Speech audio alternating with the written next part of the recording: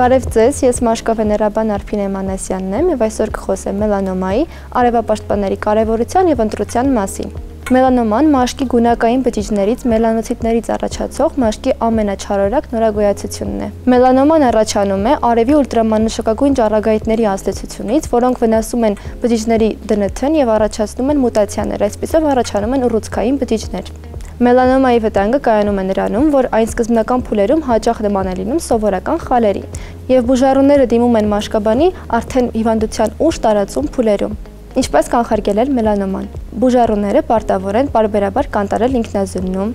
ցանկացած նոր, փոփոխվող նորագոյացության դեպքում դիմել մաշկաբանի։ Ներկայումս մելանոմայի վաղ հայտնաբերումը դարձել է հնարավոր, քանի որ դերմատոսկոպիկ հետազոտությունը թույլ է տալիս մեզ հայտնաբերել մելանոման վաղ փուլերում։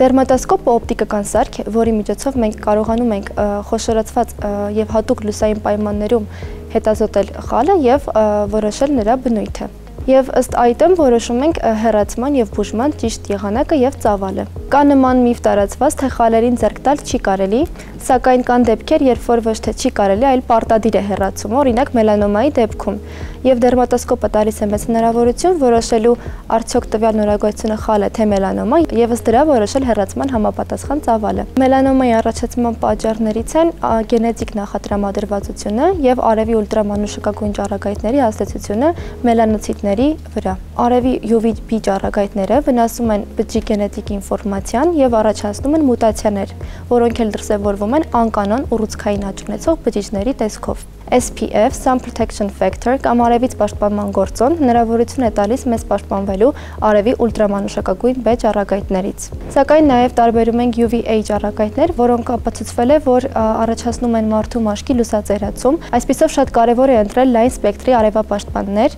որոնք ունենան բազմաթիվ ֆիլտրեր։ Տարբերում ենք ֆիզիկական և քիմիական ֆիլտրերով արևապաշտպաններ։ Ֆիզիկական ֆիլտրերով արևապաշտպանները պարունակում են ցինկի օքսիդ և տիտանի դիօքսիդ, որոնք ստեղծում են պաշտպանիչ շերտ և արտացոլում են UVB ճառագայթները։ Իսկ քիմիական ֆիլտրերը կլանում են արևի ճառագայթները և վերածում ջերմային էներգիայի։ Արևապաշտպանները պետք է ընտրել ըստ մաշկի տեսակի, կան յուղոտ, չոր և գերզգայուն մաշկի համար նախատեսված արևապաշտպաններ, իսկ մարմնի համար ավելի հարմար է սփրեյ տարբերակը։ Երեխաների դեպքում նախընտրելի են ֆիզիկական ֆիլտրերով արևապաշտպանները։ Ըստ SPF գործոնի որոշվում է արևապաշտպան միջոցի օգտագործման տևականությունը,